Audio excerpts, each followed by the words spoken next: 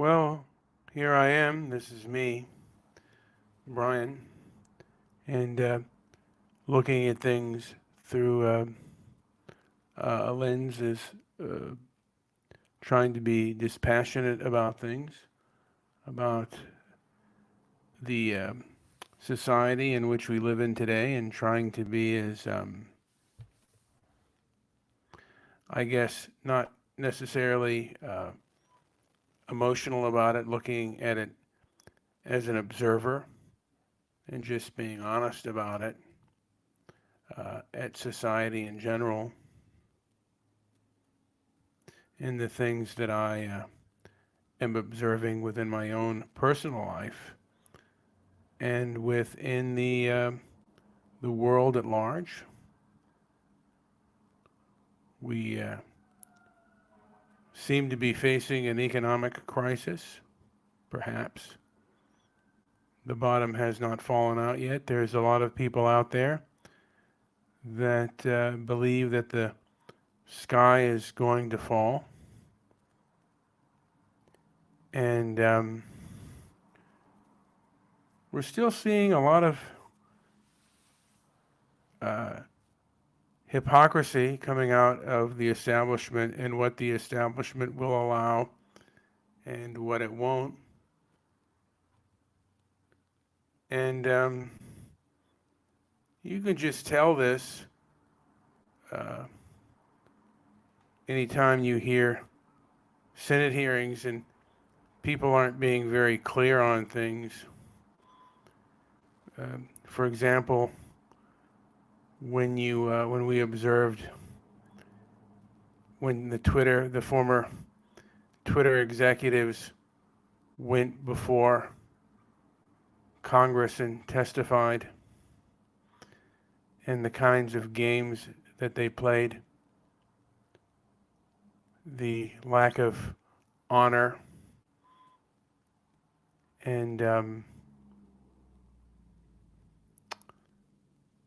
and transparency uh, is something really kind of, I don't know if it's really new, but it seems that way. It certainly could be wrong, but I've never seen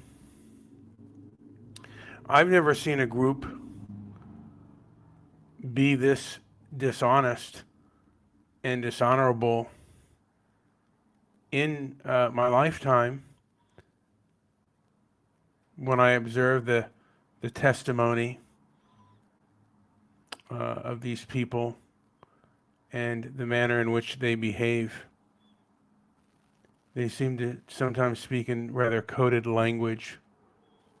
And I certainly wish I could ask them some questions myself on certain subjects, just to, even if they don't answer, oftentimes when someone doesn't answer you, they're telling you, they're giving you an answer, you know?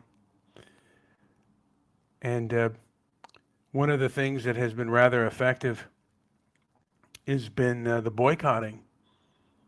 The Bud Light or the Budweiser boycotts have been rather effective. And what this has shown us is that all wars, are economic, including culture wars. And I think the best thing to do is to boycott. You have to bring people, these people do not want to talk to you, and they don't want to respect you. So the best thing that you can do is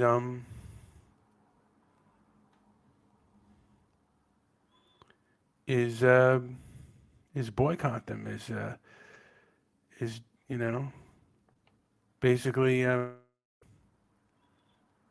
don't spend money on organizations. And I'll continue saying this, and also ask them questions. Like some of these things that these people define as DEI or critical race theory. I've defined woke as moral authoritarianism disguised as virtue. But there are other things that I don't necessarily have a definition of, but I do know that they seem to be rather uh, wrong. And a lot of these people are really sneaky and really dishonest, and they're not honest actors with regards to behavior. And I don't think it's beyond them to be dishonest and even lie about statistics and other things because they have an ego. And I mean, they have an agenda, and that agenda is has an ego behind it. And that's why uh, they, instead of debating you, they just want to name call you and shut you down.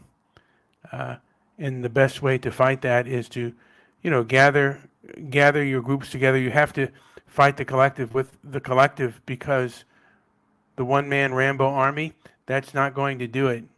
The best way to do it is, if you've got a group against you, you've got to collectivize and get your group together because I think you will lose. And you have three options. One is comply. The other is to flee, and one is to resist. The other is to comply. The other is to flee. Sometimes you comply so you can gather your things and flee and escape. And when you resist, you have to. And I think the best way to do that is to resist intelligently and smartly. If you resist with just anger, that's the best way to be put down. Whether you're fighting someone one-on-one or you're fighting a group, these people have the power to punish. Anyway, this has been Brian with Transparency and Merit. Like, subscribe, leave a comment down below. Thank you for listening.